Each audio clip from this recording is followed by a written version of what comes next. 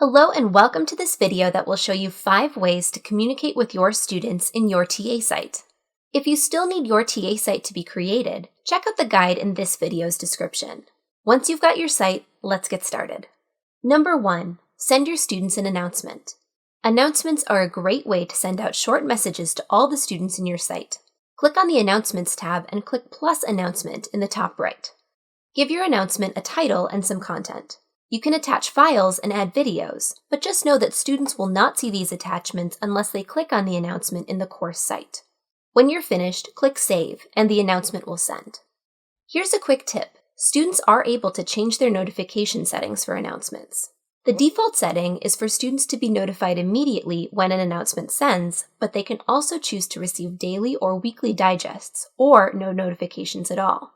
If you plan to communicate important information, like class cancellations, to your students via announcements, have your students update their notification settings so they can make sure they are being notified right away. You can send them the guide we've linked in this video's description to give them instructions on how to do so. Number 2. Message your students through the inbox. This is a great way to communicate with your entire site or individual students. The inbox can be found in the global menu in Bruin Learn on the far left of the page. Compose a new message by clicking on the pencil icon. Here you can select a course from your list of favorited courses or see more courses below. Next, choose whether you would like to send the message to all members of that course or just certain individuals. Here I can look at my list of students and just message Joe Bruin. Type your subject and message and click Send. Number 3. Use discussions to share ideas. Create a discussion with a prompt that engages your students. In the prompt, you can ask them to reply in different ways, to the initial question itself and to each other. Once students start posting in the discussion, you can engage with them as well, replying to posts to spark further conversation or to encourage students' lines of thinking. In this way, you can use a discussion as an online asynchronous discussion section. Number 4.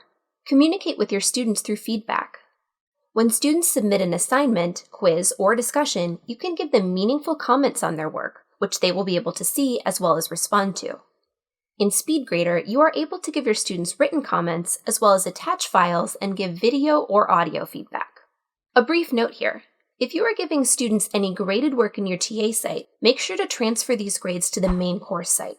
Keeping all grades for all students in the main course site ensures that sending grades from Bruin Learn to MyUCLA at the end of the quarter will go smoothly. Number 5. Schedule a Zoom meeting. You can set up Zoom meetings in your TA site, whether these are for your discussion section meetings, office hours, or any other meeting needs. Click on the Zoom tab in the course navigation menu to get started. For more on scheduling Zoom meetings, you can check out the video in the description below. I hope this video has given you some good ways to communicate with the students in your TA site. Thanks for watching, and check out our Bruin Learn YouTube channel for more videos.